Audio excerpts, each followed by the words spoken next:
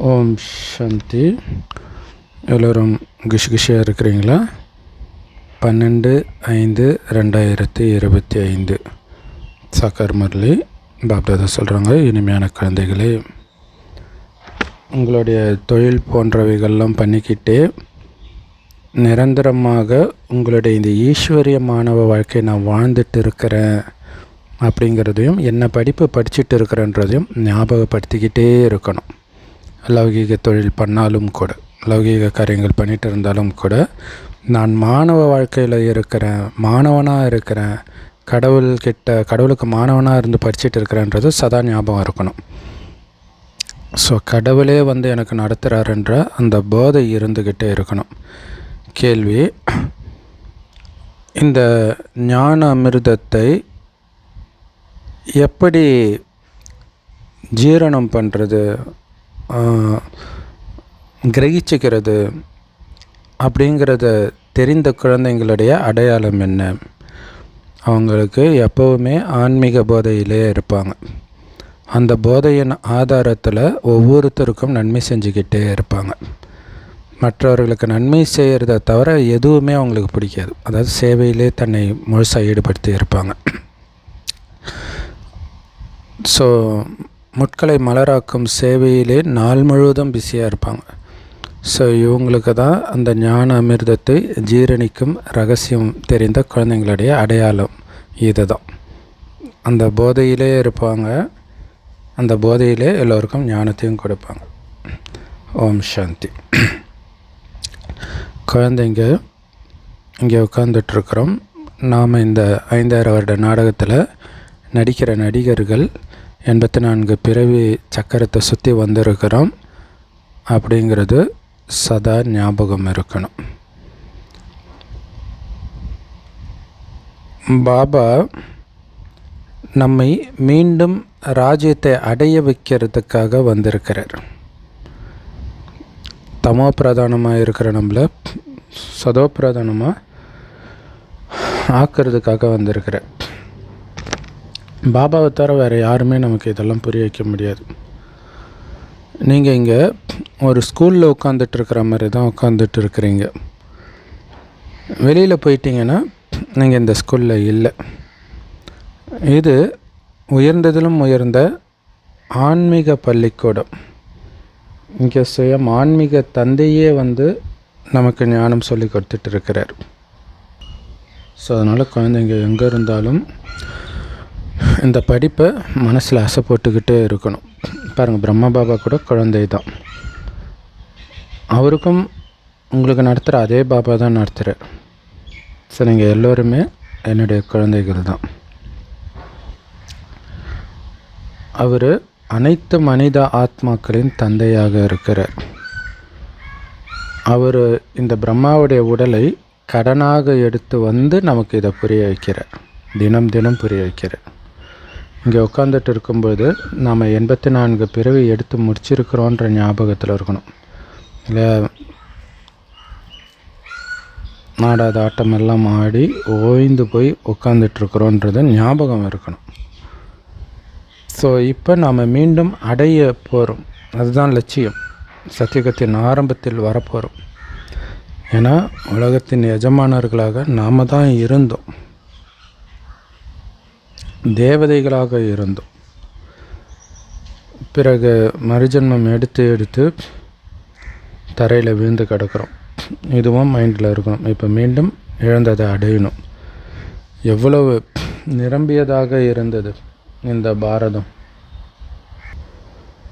So இப்போ தான் இது எல்லாமே உங்களுக்கு தெரியுது. ஆனால் அது சதா மைண்டில் ஞாபகம் இருக்கணும். அதுதான் முக்கியம். ஸோ முழு கதையும் பாரதத்துடையது, உங்களுடையது. அதனால் உங்களையே நீங்கள் மறக்கலாமா? சொர்க்கத்தில் ஆட்சி செஞ்சிட்டு இருந்தோம். 84 பிறவிகள் எடுக்க வேண்டியதாக இருந்தது. ஸோ முழு நாளும் இது உங்கள் புத்தியில் இருந்துக்கிட்டு இருக்கணும். உங்களுடைய பிஸ்னஸ் போன்றவைகளை செய்யும் பொழுது கூட நீங்கள் கண்டிப்பாக இந்த படிப்பை ஞாபகம் வச்சுக்கணும். எப்படி நாம் இந்த உலகத்துக்கே எஜமானர்களாக இருந்தோம், எப்படி பிறகு கீழே வந்தோம், இதை ஞாபகம் வச்சுக்கிறது ஒன்றும் கஷ்டம் கிடையாது, ரொம்ப ஈஸி. இருந்தாலும் யாருமே ஞாபகம் வச்சுக்க மாட்டேறீங்க. இல்லை, அவ்வளோ உயர்ந்த இடத்துலேருந்து நான் கீழே விழுந்திருக்கிறேன், ஸோ என்னை விழ வைத்த மாயா கிட்ட இனி நான் மயங்க மாட்டேன் அப்படின்ற வைராக்கிய உள்ளுணர்வு அப்போ தான் வரும். ஆனால் அடிக்கடி நினைவு மறக்குது, ஏன்னா ஆத்மா அவ்வளோ அழுக்காக இருக்குது. இல்லை, நிறைய குப்பை உள்ளே இருக்கிறதுனால குப்பையின் பக்கம் புத்தி போகுது, பாபா சொன்னதை நினைக்கிறதுக்கு பதிலாக. கடவுள் நமக்கு சொல்லி கொடுத்துட்ருக்கிறாருன்ற ஞாபகம் கூட மறந்து போயிடுது. நம்ம கடவுளுடைய மாணவர்கள்ன்றதை மறந்துடுறீங்க, அதனால தான் சாத்தான் மாதிரி நடந்துக்கிறீங்க. ஸோ பாபா தொடர்ந்து சொல்கிறார், நினைவு யாத்திரையில் இரு குழந்தை. ஸோ இதை முழு நாளும் ஞாபகம் வச்சுக்கிறதுல தான் பயிற்சி முயற்சி எல்லாமே இருக்குது. மற்றபடி நீங்கள் தொழில் போன்றவைகள்லாம் பண்ணிக்கிட்டே நீங்கள் படித்ததை ஞாபகப்படுத்திக்கிட்டே இருக்கணும். பாபா இன்றைக்கி என்ன சொன்னார், நேற்று என்ன சொன்னார், இதை சிந்தனை பண்ணிக்கிட்டே இருக்கணும். எப்படி நம்ம உலகத்துக்கு எஜமானர்களாக இருந்தோம், பிறகு எப்படி இறங்கி வந்தோம். ஸோ இந்த நினைவு தான் யோகம் அப்படிங்கிறது. இந்த ஞான சிந்தனை பண்ணிக்கிட்டே இருக்கணும். ஏன்னா இதை பண்ணும்போது தான் பாபாவை நினைக்கணும், ஆத்மா நான், அந்த நினைவெல்லாம் வரும். இது ரொம்ப ஈஸி, ஆனாலும் யாராலையும் ஞாபகம் வச்சுக்க முடியறது கிடையாது. ஸோ அதனால தான் பாபா திரும்ப திரும்ப சொல்கிறாரு, குழந்தை நினைவு யாத்திரையிலே இரு. பாபா நமக்கு இந்த ஞானத்தை கொடுத்து தேவதை ஆக்குறாரு. ஸோ இந்த ஞாபகம் நாள் முழுவதும் இருக்கணும். ஸோ இது பாரதமாக இருந்தது, தேவதைகளாக இருந்தோம், இப்போ அசுரர்கள் ஆகிட்டோம் அப்படின்னு பாபா தான் சொல்கிறார். இதுக்கு முன்னாடி உங்களுடைய புத்தி அசுரத்தனமாக தான் இருந்தது, மற்றவர்களுடைய புத்தி மாதிரி உங்களுடைய புத்தியும் அப்படி தான் இருந்துச்சு இதுக்கு முன்னாடி. ஸோ பாபா தான் உங்களுக்கு ஈஸ்வரிய புத்தியை கொடுக்குறார். இருந்தாலும் உங்களில் சிலருடைய புத்தியில் இது ஞாபகமே இருக்க மாட்டேங்குது, மறந்துடுறீங்க. பாபா உங்களுக்கு எவ்வளவு போதை ஏற்றுறார், மீண்டும் தேவதையாகிறீங்க. சாதாரண விஷயம் கிடையாது இல்லையா? அப்போ அந்த போதை இருக்கணும் தானே. நாம் அந்த ராஜ்யத்தை அடைஞ்சிட்டு இருக்கிறோம், நாம் அந்த ராஜ்யத்தை ஆட்சி செய்ய போகிறோம். ஆனால் உங்களில் சிலருக்கு இந்த போதை கொஞ்சம் கூட இருக்கிறதில்ல.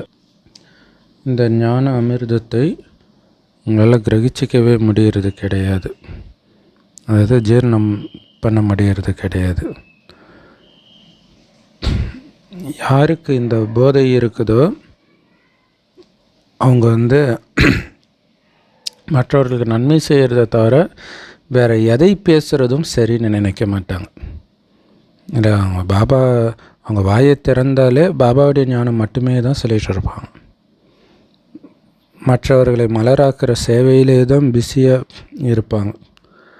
இதுக்கு முன்னாடி நீங்கள் எல்லாருமே மலர்களாக சர்க்கத்தில் இருந்தீங்க, பிறகு மாயா நரகத்தில் உங்களை முள்ளாக்கிட்டான். இப்போ நாம் மீண்டும் மலர்களாக மாறிட்டு இருக்கிறோம். இப்படியெல்லாம் உங்களுக்குள்ளே பேசிக்கிட்டே இருக்கணும். ஸோ மைண்டை இதிலேயே பிஸியாக வச்சுக்கணும். ஸோ மற்றவங்க கிட்ட மட்டும் இல்லை, நம்ம கிட்ட பேசுகிறதே கூட ஞானம் சம்மந்தப்பட்டதே தான் நமக்குள்ளேயே கூட பேசிக்கணும், மனசுக்குள்ளே கூட. ஸோ இந்த போதையோடு நீங்கள் மற்றவர்களுக்கு புரிய வைத்தால் டக்குன்னு ஞான அம்பு போய் இலக்கை அடையும், அவங்க இதயத்தை தொலைக்கும். பாரதம் அல்லாவின் பூந்தோட்டமாக இருந்தது, இப்போ அது அழுக்காயிடுச்சு. நாம் ஒட்டுமொத்த உலகத்திற்கும் எஜமானர்களாக இருந்தோம். எவ்வளோ பெரிய விஷயம் அது. ஆனால் இப்போ நம்ம என்ன ஆகியிருக்கிறோன்னு மட்டும் பாருங்கள், அந்த அளவுக்கு நம்ம விழுந்துட்டோம். இந்த நாடகமே நம்முடைய உயர்ச்சி மற்றும் வீழ்ச்சி பற்றி தான். பாபா இந்த கதையை நமக்கு புரிய வைக்கிறார். மற்ற கதைகள் எல்லாமே பொய்யான கதைகள், இதுதான் உண்மையான கதை. அந்த மனிதர்கள் சத்யநாராயணனுடைய கதையை சொல்கிறாங்க. ஆனால் பாவம் அவங்களுக்கு எப்படி நாராயணன், லக்ஷ்மி நாராயணன் அப்படி உயர்ந்தார்கள், பிறகு எப்படி விழுந்தார்கள்னு அவங்களுக்கு தெரியாது. சத்தியமான நாராயணன் கதையை பாபா நமக்கு இப்போ சொல்கிறார். எப்படி நம்ம ராஜ்யத்தை இழந்தோன்னு சொல்கிறார். இது எல்லாமே உங்களின் ஆதாரத்தில் தான் இருக்குது. நாம் எப்படி இப்போ புரிஞ்சுக்கிறோம் நம்ம எப்படி நம்ம ராஜ்யத்தை அடையிறோம். எல்லாமே நம்மளை பொறுத்து தான் இருக்குது. எப்படி ராஜ்யத்தை அடைஞ்சோம், எப்படி எழுந்தோம், எல்லாமே இப்போ நடைமுறையில் அடைஞ்சிட்டு இருக்கிறோம். இந்த போதை உங்களுக்கு இருக்குதா அப்படின்னு பாபா கேட்கும் பொழுது நீங்கள் ஆமாம் பாபா இருக்குதுன்றீங்க. ஆனால் வெளியில் போன உடனே எந்த போதையும் இருக்க மாட்டேங்குது. குழந்தைங்க நீங்களே புரிஞ்சிக்கலாம். நீங்கள் என்ன தான் கையை தூக்கினாலும் உங்களுடைய நடவடிக்கை எப்படி இருக்குதுன்னா இந்த போதையே இல்லைன்ற மாதிரி தான் உங்களுடைய நடவடிக்கைகள் இருக்குது. இது உங்களுக்கே தெரியும். பாபா அடிக்கடி ஞாபகப்படுத்துகிறார், குழந்தைகளே நான் உங்களுக்கு ராஜ்யத்தை கொடுத்தேன், நீங்கள் இழந்துட்டீங்க, இறங்கி வந்துக்கிட்டே இருந்தீங்க. இந்த நாடகமே உங்களுடைய எழுச்சி மற்றும் வீழ்ச்சியை பற்றியது. இன்றைக்கி ஒருவர் ராஜாவாக இருப்பார், நாளைக்கே ராஜ்யத்தில் வீழ்த்தப்படுவார். கலியுகத்துடைய நிலை அப்படி தான் இல்லையா?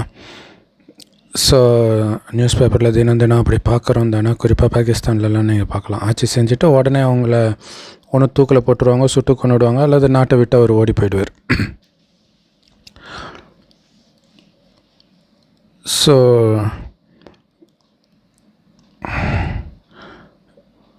இதையெல்லாம் நீங்கள் புரிய வச்சிங்க அப்படின்னா மனிதர்களால் ஏதாவது புரிஞ்சிக்க முடியும். இது ஒரு நாடகம் அப்படிங்கிறது மட்டும் உங்களுக்கு ஞாபகம் இருந்தால் கூட உங்களுக்கு நிரந்தரமாக சந்தோஷம் இருக்கும். இது நாடகம், நாம் இங்கே நடிக்கிறோம், ராஜ்யத்தை இழந்துட்டு உட்காந்துருக்குறோம், ராஜ்யத்தை மீண்டும் அடையிறதுக்காக உட்காந்துட்ருக்குறோம். அதுக்காக பாபா கிட்ட ஒரு வினாடி இது தொடர்ந்து யுத்தம் நடக்குது, அதை புரிஞ்சுக்கணும். இல்லை மாயையோட யுத்தம். இது சதா ஞாபகம் இருந்தாலே சதா சந்தோஷமாகவும் இருப்பீங்க, அலட்சியம் இருக்காது இல்லையா? இதுதான் அந்த இலக்கு. அது ஞாபகம் இருந்துக்கிட்டே இருக்கணும். அதுதான் ரொம்ப முக்கியமான விஷயம். நம்முடைய புத்தியில் 5000 வருடத்திற்கு முன்பு கூட பாபா வந்தார் அப்படிங்கிறது ஞாபகம் இருக்குது. ராஜயோகத்தை கற்றுக் கொடுத்தாரு, பக்காவானவொடனே யுத்தம் ஸ்டார்ட் ஆகிடுச்சு, உலகழிவு வந்தது. இந்த சரியான விஷயங்களை எல்லாம் பாபா இப்போ நமக்கு இந்த உயர்ந்த சங்கமயுகத்தில் சொல்லி கொடுத்துட்ருக்கிறார். ஏன்னா இரும்பு யுகத்துக்கு பிறகு இந்த உயர்ந்த சங்கமயுகம் இருக்குது. இரும்பு யுகத்தை யாரும் உயர்ந்த யுகம்னு சொல்ல மாட்டாங்க.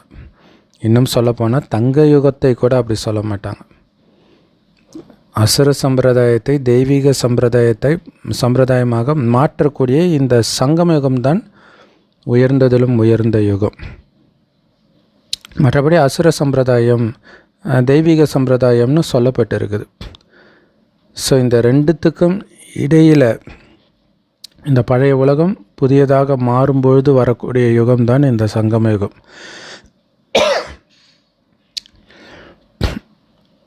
இந்த சங்கமயுகத்தில் உலகத்தை புதியதாக பாபா மாற்றுறார் இல்லையா? இது மீண்டும் பழையது ஆகிறதுக்கு முழு கல்பம் 5000 வருடம் தேவைப்படுது. ஆனால் வெறும் 100 வருடத்தில் பழைய உலகத்தை அப்படியே புதியதாக மாற்றுறார். தங்க யுகத்தில் தேவதைகளின் ராஜ்யம் இருந்தது, இப்போ இல்லை. அதுக்கு பதிலாக நிறைய தர்மங்கள் வந்துடுச்சு. இதுவும் உங்களுடைய புத்தியில் இருக்குது. அதனால தான் பாபா சொல்கிறேன், இங்கே இருக்கக்கூடிய எதுக்கும் உங்களுக்கும் சம்மந்தம் கிடையாது. உங்களுடைய இது சொர்க்கம், அதை அடையிறது மட்டும்தான் உங்களுடைய லட்சியமாக இருக்கணும். நிறைய பேர் 6-7 மாதங்கள் அல்லது 1 வருடம் கூட இந்த ஞானத்தை படிச்சுட்டு விழுந்துடுறாங்க. தூய்மை ஆகிறாங்க, ஆனால் படிக்கிறது இல்லை. அதனால் மாயை சிக்க வச்சிடுது. வெறும் தூய்மையினாலேயும் நன்மை கிடையாது. ஏன்னா நிறைய சன்னியாசிகள் இருக்கிறாங்க, அவங்க சந்நியாசத்தை விட்டுட்டு போய் கல்யாணம் பண்ணிக்கிறாங்க, இல்லறவாசிகளாக மாறிடுறாங்க. இப்போ வெறும் தூய்மையினால் சக்தி வந்துடாது இல்லையா? பாபா நினைவு, ஞான சிந்தனை சேவை, தாரணை, இது எல்லாமே அட் அ டைமில் நடந்துகிட்டு இருக்கணும். ஸோ அதனால தான் குழந்தைங்களுக்கு பாபா சொல்கிறாரு, குழந்தை நீ ஸ்கூலில் உட்காந்துட்ருக்கிறன்னு ஞாபகம் வச்சுக்கோ. எப்படி நீ ராஜ்யத்தை இழந்த, பிறகு எத்தனை ஜென்மம் எடுத்த, இது எல்லாமே உங்களுடைய புத்தியில் இருக்குது. பாபா மீண்டும் வந்து சொல்கிறாரு, மீண்டும் உலகத்தின் எஜமானன் ஆகணும் நீ. அதுக்கு நீ கண்டிப்பாக தூய்மை ஆகணும். அதுக்கு நீ பாபாவுடைய நினைவில் எந்த அளவுக்கு அதிகமாக மூழ்கிறியோ அந்த அளவுக்கு நீ தூய்மை ஆக முடியும். அப்படி இல்லைன்னா ஆத்மான்ற தங்கத்தில் கலந்துருக்கிற கலப்படம் எப்படி நீங்கும்? ஸோ குழந்தைங்களுடைய புத்தியில் மட்டும்தான் நாம் சதோ பிரதானமாக 24 கேரட் சொக்க தங்கமாக இருந்தோம்னு தெரியும். பிறகு கீழே இறங்கி வந்துக்கிட்டே இருந்தோம். இப்போ உங்கள் நிலைமை என்ன ஆயிடுச்சு பாருங்கள். நீங்கள் என்னவா ஆகியிருக்கிறீங்க, எப்படி இருந்த நீங்கள் என்னவா ஆகியிருக்கிறீங்கன்ட்டு உங்களை பாபா சொல்கிறாரு. நாமளுமே சொல்கிறோம், தேவதையாக இருந்த நாம் விழுந்துட்டோன்ட்டு. பாபா சொல்கிறது கிடையாது இல்லையா? பாபா எப்போவுமே வந்து விழறது கிடையாது. நான் எப்படி இருந்தேன், எப்படி ஆயிட்டேன்ட்டு பாபா சொல்கிறது இல்லை, நாம் தான் சொல்கிறோம். ஸோ பாரதத்தின் மகிமை இருக்குது. பாரதத்தில் யார் வந்தார், என்ன ஞானத்தை கொடுத்தார் வந்து அப்படின்னு யாருக்கும் தெரியாது. குறைஞ்சபட்சம் நம்மை துக்கத்திலேருந்து விடுவிப்பவர், இதை தான் மெஸ்ஸையான்ட்டு யூத மதத்துலலாம் சொல்லுவாங்க. அவர் எப்போ வராருனாவது நீங்கள் தெரிஞ்சிருக்கணும் இல்லையா? பாரதம் மிக பழமையான தேசம். ஸோ கண்டிப்பாக அவருடைய மறுஜென்மம் பாரதத்தில் தான், அவருடைய ஜென்மம் பாரதத்தில் தான் அவருடைய அவதாரம் நடக்கணும். ஏன்னா ஆதியிலிருந்தே இது தான் இருக்குதுன்னா மீண்டும் அதே தான் நடக்கும்னா, அப்போ மீண்டும் பாரதம் தான் இருக்க போகுது அப்படின்னா கண்டிப்பாக சொர்க்கமாக தான் இருக்கும். அப்போ சொர்க்கத்தை உருவாக்கக்கூடிய ஞானத்தை சொர்க்கமாக இருந்த பாரதத்தில் தானே பாபா வந்து சொல்லியிருக்க முடியும். அதனால தான் அவருடைய பிறந்த நாள் சிவராத்திரின்னு இங்கே கொண்டாடப்படுது. கண்டிப்பாக பாபா இங்கே வரார். அதே மாதிரி பாக்கிய ரதம்னு கூட இங்கே தான் சொல்கிறோம். பகீரதன் கங்கை எடுத்துகிட்டு வந்தார் அப்படின்னு சொல்லுவோம். அப்போ கண்டிப்பாக பாபா ஒரு மனித உடலில் தான் வந்திருப்பார். ஆனால் அதுக்கு பதிலாக அவங்க குதிரை தேரில் அவர் வந்ததாக, அதாவது கீதை சொல்வதற்கு குதிரை தேரில் கிருஷ்ணர் அர்ஜுனனுக்கு சொல்கிற மாதிரி காட்டுறாங்க இல்லையா? ஸோ குதிரை தேர் எங்க, பிரம்மா உடல் எங்க, எவ்வளோ பெரிய வித்தியாசம். ஸ்ரீகிருஷ்ணரை ரதத்தில் காட்டுறாங்க, ஆனால் சிவபாபாவை பற்றி யாருக்குமே தெரியல பாவம். ஏன்னா சிவனுக்கு பதிலாக அங்கே கிருஷ்ணரை காட்டிட்டாங்க. சிவனை எப்படி காட்டுறது? அங்கே மோசஸ் முதலாக ஒரு முள்ளுச்செடி பற்றி எரியுது, அதுதான் அங்கே தான் சத்தம் கேட்குது, கடவுளுடைய சத்தம். ஸோ அப்போ ஒளியாக கடவுள் வந்தார் அப்படின்ட்டு இருக்குது. ஆனால் அவர் ஒருத்தர் உடலில் வருவார்ன்றது அது அங்கேயும் சொல்லப்படலை. பாபா இந்த ரதத்தில் வரார். இதை தான் பாக்கியசாலி ரதம் அப்படின்னு சொல்லப்படுது. பிரம்மா தான் விஷ்ணு ஆகிறாரு, இது இந்த படத்தில் தெளிவாகவே காட்டப்படுது. சிவனை திருமூர்த்திக்கு மேலே காட்டுறாங்க. யார் சிவனுடைய அறிமுகத்தை கொடுத்தது? சிவனே தான் வந்து கொடுக்கணும் இல்லை? இந்த திருமூர்த்திகளை படைத்தது சிவபாபன். சிவபாபா சொல்லி தான் நமக்கு தெரியும், அவர் சொல்லி தான் அந்த படத்தை உருவாக்குறாங்க. ஸோ பிரம்மா உடல் அவர் வராருன்னு கூட பாபா சொல்லி தான் நமக்கு தெரியும், நம்ம புரிஞ்சுக்கிறோம். இதே பிரம்மா தான் ஞானத்தை கேட்டு விஷ்ணு ஆகிறாரு. அதே விஷ்ணு 84 பிறவி எடுத்து 5000 வருடம் கழித்து பிரம்மாவாகிறாரு மறுபடியும். ஸோ எப்படி விஷ்ணு 84 பிறவி கழிச்சு பிரம்மாவாகிறாரு, பிறகு பிரம்மா ஒரு வினாடியில் எப்படி மீண்டும் விஷ்ணு ஆகிறாரு அப்படிங்கிறத பாபா நமக்கு புரிய வைக்கிறார். ஸோ தாரணை பண்ணுறதுக்கு இது ரொம்ப அற்புதமான விஷயம் உங்கள் புத்திக்கு. இதை நினச்சிக்கிட்டே இருக்கும்போது ஆச்சரியமாக இருக்கும். நான் இன்னும் கொஞ்ச நேரத்தில் நாராயணன் ஆக போகிறேன்னா, நினச்சி பார்க்க எவ்வளோ சந்தோஷமாக இருக்குது. அதை நினைத்து அந்த ஆனந்தத்தில் மூழ்கும்போது தான் இங்கே இருக்கக்கூடிய துக்கம், உலக அழியும் போது நடக்கிற விஷயம், அதிலிருந்து விலகி இருக்கக்கூடிய சக்தி உங்களுக்கு கிடைக்கும். இல்லைன்னா மாட்டிக்குவீங்க. ஸோ அதனால தான் இந்த ரகசியத்தையும் இப்போ சொல்கிறார். முதல்ல நீங்கள் பாபாவுடைய அறிமுகத்தை எல்லோருக்கும் கொடுக்கணும். பாரதம் சொர்க்கமாக இருந்தது. அப்போ கண்டிப்பாக சொர்க்கத்தை படைக்கிற இறைத்தந்தை தானே அதை உருவாக்கி இருப்பார். ஸோ இந்த படம் ரொம்ப முதல் தரமானது. குழந்தைங்களுக்கு இந்த ஞானத்தை மற்றவர்களுக்கு புரிய வைக்கிறதுல ரொம்ப ஆர்வம் இருக்கணும். பாருங்கள், பிரம்மா பாபாவுக்கும் எவ்வளோ ஆர்வம் இருக்குது. ஸோ இதே மாதிரி நீங்கள் சென்டர்லேயும் புரிய வைக்கிறீங்க. பாபா நேரடியாக உங்கள் முன்னாடி இருக்கிறார். ஆத்மாக்களுக்கு பாபா உட்காந்து புரிய வைக்கிறார். கண்டிப்பாக நாம் ஆத்மாக்களுக்கு புரிய வைக்கிறதுக்கும் பாபா ஆத்மாக்களுக்கு புரிய வைக்கிறதுக்கும் மிகப்பெரிய வித்தியாசமாக இருக்கும் இல்லையா? ஸோ அதனால தான் நம்ம நேரடியாக பாபா கிட்டே கேட்குறதுக்காக வரோம். பாபா திரும்ப திரும்ப குழந்தைன்னு சொல்கிறார். அப்பா சொல்லும் பொழுது வரக்கூடிய அந்த அளவுக்கு பிரபாவம் சகோதர சகோதரிகள் சொல்லும் பொழுது வராது. இங்கே நேரடியாக பாபா முன்னாடி உட்காந்துட்ருக்கிறீங்க, பரமாத்மாவை சந்திக்கிறீங்க. ஸோ அதனால் இதைத்தான் மேலா சந்திப்பு திருவிழான்னு சொல்லப்படுது.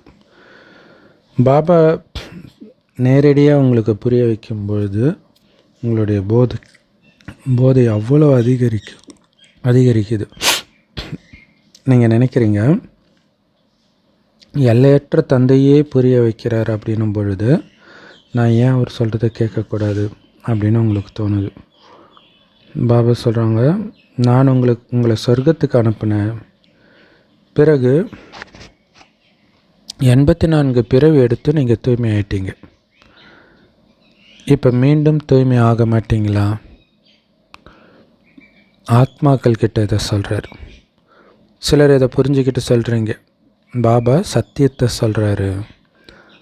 சிலர் உடனே சொல்லுவாங்க, நான் ஏன் தூய்மை ஆக மாட்டேன்? கண்டிப்பாக ஆகும் பாபா. ஸோ பாபா சொல்கிறார், அப்போ என்னை நினைவு செய் குழந்தை, உன்னுடைய பாவமெல்லாம் அழிஞ்சிடும், நீ சொக்க தங்கமாயிடுவ. ஏன்னா அனைவரின் பதித்த பாவன தந்தை நான் தான். ஸோ அதனால் இதை சகோதரர்கள் சொல்கிறதுக்கும் பாபா சொல்கிறதுக்கும் பெரிய வித்தியாசம் இருக்கும். உதாரணத்துக்கு யாராவது புதியவர்கள் வராங்க அப்படின்னா, வந்தவர் ஒரு மலராக இருக்கிறார், நம்ம தர்மத்தை சார்ந்தவர்களாக இருக்கிறார் அப்படின்னா டக்குன்னு இது டச் ஆகும், இதுதான் சரின்னு சொல்லுவாங்க. ஒருவேளை நம்ம தர்மத்தை சாராதவர்களாக இருக்கிறாங்கன்னா அவங்க எதுவுமே புரிஞ்சிக்க மாட்டாங்க. அதனால் பிறருக்கும் நீங்கள் புரிய வைங்க. பாபா ஆத்மாக்கள் கிட்ட தூய்மை ஆகுங்கன்னு சொல்கிறார். ஆனால் மனிதர்கள் தூய்மை ஆகிறதுக்கு கங்கையில் போய் குளிக்கிறாங்க, குருமார்கள் பின்னாடி போகிறாங்க. ஆனால் பதித்த பாவனவர் பாபா மட்டும்தானே. ஸோ அதற்கான வழியை அவர் தான் ஆத்மாக்களுக்கு சொல்கிறாரு. நீங்கள் இப்போ ரொம்ப அழுக்காகிட்டீங்க, அதனால தான் நீங்கள் என்னை நினைவு செய்கிறீங்க, வந்து என்னை தூய்மை ஆக்குங்கன்னு என்னை கூப்பிட்றீங்க. நான் ஒவ்வொரு கல்பத்திலும் வருகிறேன், இந்த கடைசி ஜென்மத்தில் தூய்மை ஆகுங்கன்னு குழந்தைங்க கிட்ட நான் சொல்கிறேன் இல்லையா? கடைசி ஜென்மம், இந்த ராவண ராஜ்யம் இப்போ அழியணும். அதுக்கு முக்கியமான விஷயம் நீங்கள் தூய்மை ஆகணும். நீங்கள் தூய்மை ஆகிறதுல தான் ராவணனுடைய மரணம் இருக்குது. சொர்க்கத்தில் இந்த காமம்ன்ற விஷம் இருக்காது. ஸோ யார் வந்தாலும் சொல்லுங்கள், பாபா சொல்கிறாரு, உங்களை ஆத்மான்னு உணர்ந்து தந்தையாகிய என்னை நினைவு பண்ணிங்கன்னா நீங்கள் தூய்மை ஆகிடுவீங்க அப்படின்னு அப்பா சொல்கிறாருன்னு சொல்லுங்கள். ஸோ உங்களுக்குள்ளே இருக்கக்கூடிய இந்த அழுக்கு நீங்கிடும். மன்மனாபவ அப்படின்ற வார்த்தை ஞாபகம் இருக்குது தானே? பாபா நிராகாரராக இருக்கிறாரு, ஆத்மாக்கள் கூட நிராகாரர் தான், அதாவது உடம்பு இல்லாமல் தான் இருக்கிறோம். எப்படி நாம் உடலோடு கேட்குறோமோ அதே மாதிரி பாபாவும் இந்த பிரம்மா உடலில் பிரவேசமாகி பிரம்மா மூலமாக பேசிகிட்ருக்கிறார். அப்படி இல்லைன்னா என் ஒருவனை மட்டும் நினைவு செய்யுங்க, உடலின் அனைத்து சம்பந்தங்களையும் விடுங்கன்ட்டு பாபா எப்படி சொல்ல முடியும்? ஒரு உடல் எடுத்து தானே பேச முடியும், அவருக்கே இது உடம்பு. ஸோ கண்டிப்பாக அவர் இந்த பிரம்மா உடலில் பிரவேசிக்கிறாரு.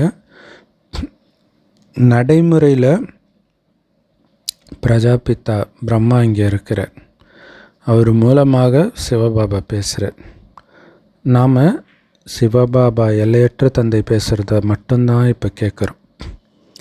நாம் மட்டும்தான் கேட்குறோம். உலகத்தில் யாருமே கேட்குறது கிடையாது. அவங்கவுங்க மதம் சொல்கிறத கேட்டுட்ருக்காங்க. நாம் தான் கடவுள் சொல்கிறத கேட்குறோம்.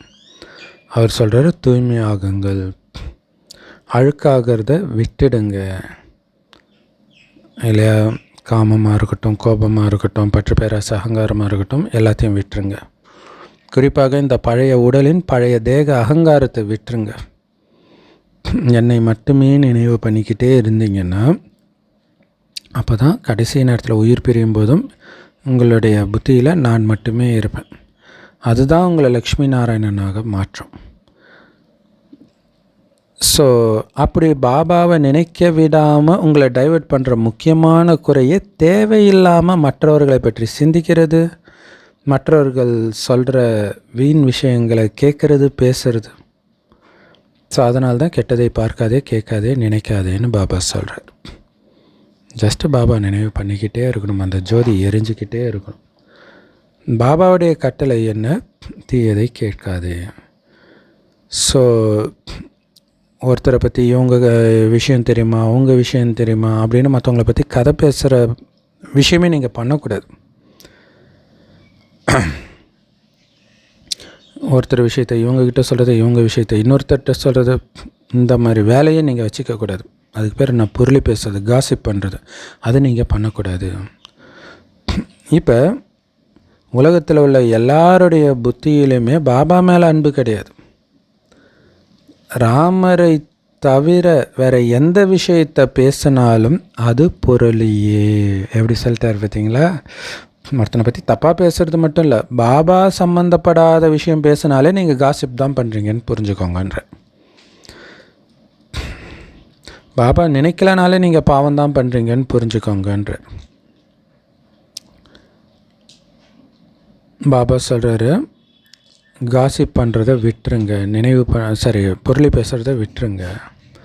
எல்லா ஆத்மாக்களுக்கும் சொல்லுங்கள், ஹே சீதைகளே, இப்போ அந்த ஒரு ராமர் சிவத்தந்தையோடு உங்களுடைய புத்தி யோகம் இணையணும்.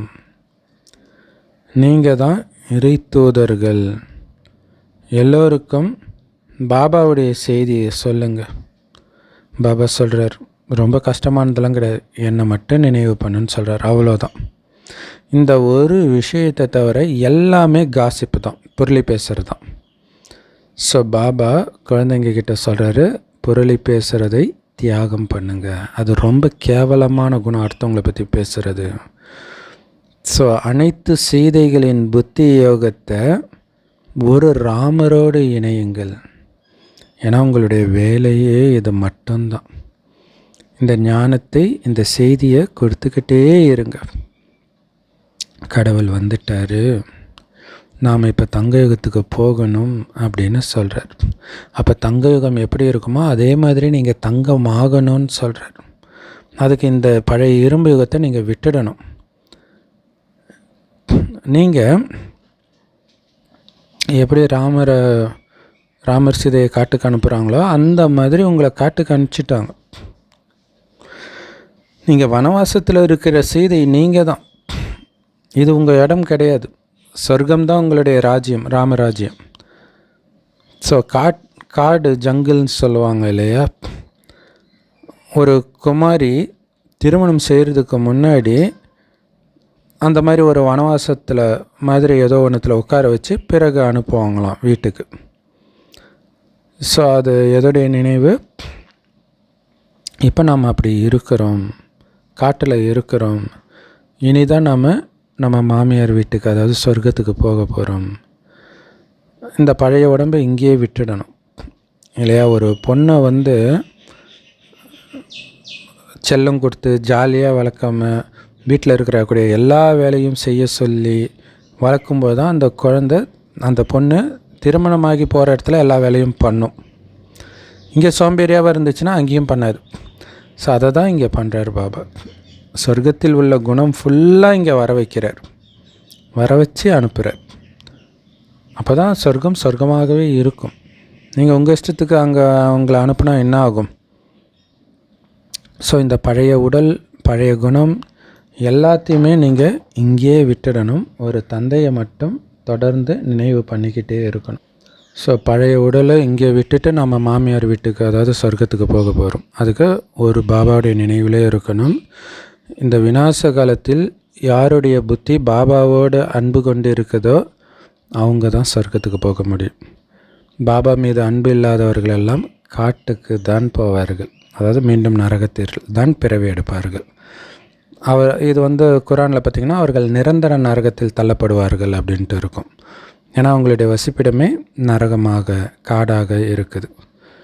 ஸோ பாபா இதை ஞாபகம் வச்சுக்கிறதுக்காக எத்தனை விதமாக புரிய வைக்கிறாருன்னு பாருங்கள்.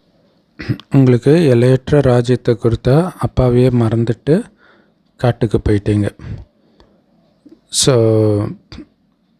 காட்டில் வசிப்பவர்கள், காட்டுவாசிகளும் இருக்கிறாங்க, பூந்தோட்டத்தில் வசிப்பவர்களும் இருக்கிறாங்க. பாபாவைத்தான் தோட்டத்தின் எஜமானர்னு சொல்கிறோம். ஸோ குறைஞ்சது இதுவாச்சும் ஒருத்தருடைய புத்தியில் உட்காரணும். நம்முடைய ராஜ்யம் பாரதத்தில் இருந்தது, இப்போ இல்லை. இப்போ நம்ம காட்டில் தான் இருக்கிறோம். நாம் இப்போ பூந்தோட்டத்திற்கு போக போகிறோம். நீங்கள் இங்கே உட்காந்துட்டு இருக்கும்போது நாம் எல்லையற்ற தந்தைக்கிட்ட இருந்து ராஜ்யத்தை அடைஞ்சிட்டு இருக்கிறோம் அப்படின்னு நம்ம புத்தியில் ஞாபகம் இருக்குது. பாபா சொல்கிறாங்க, என் மீது அன்பு வையுங்கள் அப்படின்ட்டு. இருந்தாலும் நீங்கள் என்ன மறந்துடுறீங்க அன்பு இல்லாததுனால. ஸோ பாபா கம்ப்ளைண்ட் பண்ணுறார், எவ்வளோ நேரம்தான் குழந்தை நீ என்னை நினைக்காமலே இருப்ப, என்னை மறந்தே இருப்ப. அப்படி இருந்தேன்னா நீ எப்படி தங்கத்துக்கு போக முடியும்? ஸோ அதனால் நீங்கள் ஒவ்வொருத்தரும் உங்களை நீங்களே கேட்கணும், நான் எவ்வளோ நேரம் பாபாவை நினைக்கிறேன். நம்ம யோக அக்னியில் உட்காந்துட்டு இருக்கிற மாதிரி. ஸோ அதன் மூலமாக தான் நம்ம பாவம் எல்லாம் அழியுது இல்லையா? பிரகலாதன் நான் கொல்றதுக்காக அவங்க அப்பா அவங்க அத்தை மடியில், பிரகலாதன் அத்தை மடியில் உட்கார வச்சு நெருப்பில் உட்கார வைக்கிறார். கட்சியில் பிரகலாதன் மட்டும் வர்றார். பிரகலாதன்றவர் தூய்மையானவர். ஸோ அழுக்க அசுரனாக இருக்கிறவங்க அசுரகுணம் அழிந்து தூய்மையாக வெளியில் வராங்க. ஏன்னா இதன் மூலமாக தான் உங்களுடைய பாவம் அழியும். ஸோ உங்களுடைய புத்தியில் ஒரு பாபா மீது தான் அன்பு இருக்கணும். ஸோ ஒரு தந்தை மீது மட்டும் அன்பு இருந்தால் தான் பாபாவை நீங்கள் நினைவு பண்ணிக்கிட்டே இருக்க முடியும். அது மட்டும் இல்லை, அவர் நம்முடைய முதல் தரமான காதலன், நம்மையும் முதல் தரமாக மாத்துறார். அவரை, அந்த காதலனையே அவருடைய குணத்தோடு நினைக்க நினைக்க அவருடைய குணமே நம்முடைய குணமாக மாறிடும். ஸோ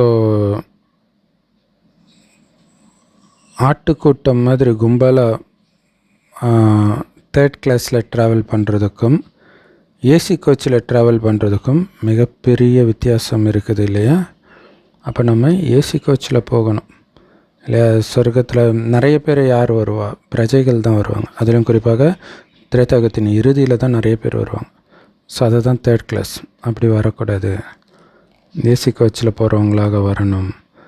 ஸோ இதை பற்றியெல்லாம் நீங்கள் ஞானக்கடலை சிந்தனை பண்ணிக்கிட்டே இருந்தீங்க, ஞானக்கடலை கடைஞ்சிக்கிட்டே இருந்தீங்கன்னா உங்களுக்கு அவ்வளோ சந்தோஷம் இருக்கும். பாபா சொல்கிறாங்க, பாபாவை நினைக்கிறதுக்கு நான் கூட என்னுடைய தலையை அவ்வளோ உடச்சிக்க வேண்டியதாக இருக்குதுன்றார். ஏன்னா அவர் அந்த முயற்சி பண்ணுறதுனால தான் நமக்கு அதெல்லாம் சொல்லி புரிய வைக்கிறார். ஸோ இந்த எண்ணங்கள் முழு நாளும் மற்ற எண்ணங்கள் வந்துக்கிட்டே இருக்குது. ஸோ அப்போ அதிலிருந்து வெளியில் வர்றதுக்கு என்னென்னலாம் பாபா பண்ணாரோ, பிரம்ம பாபா பண்ணாரோ அதை தான் முரளியில் நமக்கும் சொல்கிறார். ஸோ அதனால தான் குழந்தைங்களும் இந்த முயற்சி பண்ணணும். நல்லது. ஸோ அற்புதமான முரளி கொடுத்த அன்பான பாப்தாதாவுக்கு அன்பு நினைவுகள் மற்றும் காலை வணக்கம். பாபாவை பற்றிய விஷயங்களை தவிர வேறு எந்த விஷயத்தையும் யார்கிட்டையும் பேசாதீங்க. குறிப்பாக பாபாவை தவிர எதை பற்றி பேசினாலும் பொருளே தான். ஸோ பொருளை பேசுகிறத விட்டுருங்க. ஒருத்தருடைய கதையை பற்றி இன்னொருத்தர்கிட்ட சொல்கிறது, மற்றவர்களை பற்றி சிந்தனை பண்ணுறது, இது எல்லாத்தையும் விட்டுருங்க. இல்லை எல்லாம் முற்றுப்புள்ளி. அவங்க கதையை கேட்டு நம்ம என்ன பண்ண போகிறோம்? அதிலும் குறிப்பாக இப்போ இன்டர்நெட்லாம் வந்துடுச்சு அப்படிங்கிறதுனால அதை பற்றி நிறைய விஷயங்கள் வந்துக்கிட்டே இருக்கும். ஸோ அதில் இருந்தெல்லாம் புத்தியை விலக்கிக்கிட்டே இருக்கணும். ஸோ ஒரு தந்தை மீது மட்டும்தான் உங்களுக்கு அன்பு இருக்கணும். உங்களுடைய பழைய உடலின் அகங்காரத்தை சந்நியாசம் பண்ணி ஒரு பாபாவின் நினைவிலிருந்து உங்களை நீங்கள் தூய்மையாக்கிக்கங்க. வரதானம்: உங்களுடைய உள்ளடக்கும் சக்தியின் மூலமாக தவறானதையும் சரியாக மாற்றக்கூடிய விஸ்வ பரிவர்த்தனை செய்பவர்கள், அதாவது உலகத்தை மாற்றக்கூடியவர் ஆகுங்கள். அதுக்கு விளக்கம்: ஸோ பிறருடைய தவறை பார்த்து நீங்களும் தப்பு பண்ணக்கூடாது. ஒருவேளை யாராவது தப்பு பண்ணுறாங்க அப்படின்னாலும் நான் சரியாகத்தான் நடப்பேன் அப்படி இருக்கணும். யார் தீமை செய்தாலும் நீங்கள் நன்மை செய்யுங்கள் அப்படின்னு ஒரு சினிமா பாட்டு கூட வரும். ஸோ அதனால் பிறருடைய தவறான காரியத்தினால நீங்கள் பாதிக்கப்படக்கூடாது, அதன் பிரபாவத்திற்குள்ளே வரக்கூடாது.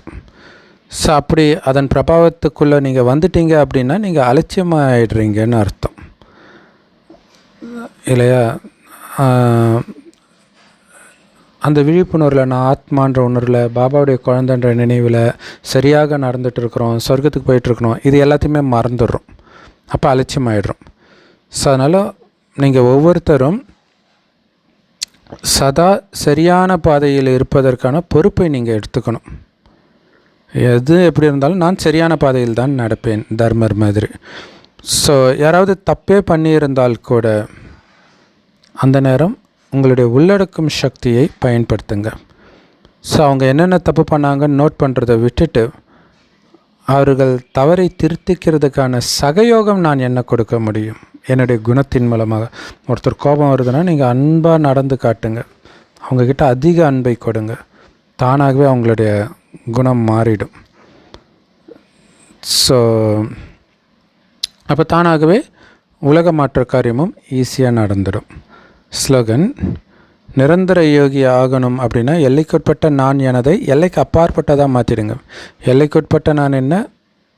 நான் சரவணன் அப்படின்ட்டு அதை வச்சு நான் ஒரு ஆண், அது மாதிரி ஒன்று ஒன்றா போய்கிட்டே இருக்கும்ல, இது எல்லாம் எல்லைக்குட்பட்டது, அதாவது உடம்புன்னு நினைக்கிறது. அதுக்கு பதிலாக எல்லைக்கு அப்பாற்பட்டது தான் நான். அது என்னது? ஆத்மா. இப்போ ஆத்மா எல்லா உடம்புலையும் நான் தான் இருந்தேன். ஆரம்பத்தில் தூய்மையாக இருந்தேன், இப்போ எப்படி ஆகிட்டேன், மீண்டும் தூய்மையாகணும். ஸோ பிறரை பார்க்கும்போது அதே மாதிரி ஆத்மாவாக மட்டும் பார்க்குறதுனால அதான் அர்த்தம். உடல் சம்மந்தப்பட்ட பேரையோ ரூபத்தையோ எதையுமே பார்க்கக்கூடாதுன்னு அர்த்தம். அடுத்தது என்னுடைய ஜாதி, என்னுடைய மதம், என்னுடைய மொழி, என்னுடைய திறமை, என்னோடய அழகு, அப்படியே போய்கிட்டே இருக்கும். இப்போ என்னுடையவர் ஒரு பாபா மட்டும்தான், வேறு எதுவுமே கிடையாது. பாபாவுடையது எதுவோ அது மட்டுமே என்னுடையது. இதுதான் எல்லைக்கு அப்பாற்பட்ட என்னுடையது. ஸோ இப்படி எல்லைக்குட்பட்ட நான் எனதை எல்லைக்கு அப்பாற்பட்ட நான் எனதாக மாற்றிட்டீங்கனாலே நிரந்தர யோகியாகத்தான் இருப்பீங்க அப்படின்னு பாபா சொல்கிறார். அவ்யக்த இஷாரா: நிகழ்காலத்தில்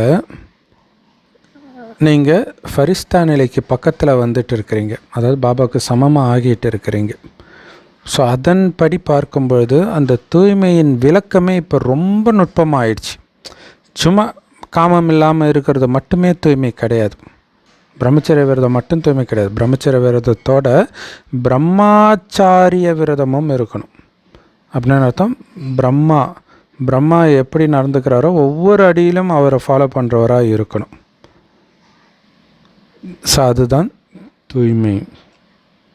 அதுதான் பாபாவுக்கு சமமான நிலையை எடுத்துகிட்டு வரும். சாந்தி. செம்ம powerful Murli. Love you Bapdada. Thank you Bapdada. குஷியாக இருங்க, குளிர்ச்சியாக இருங்க.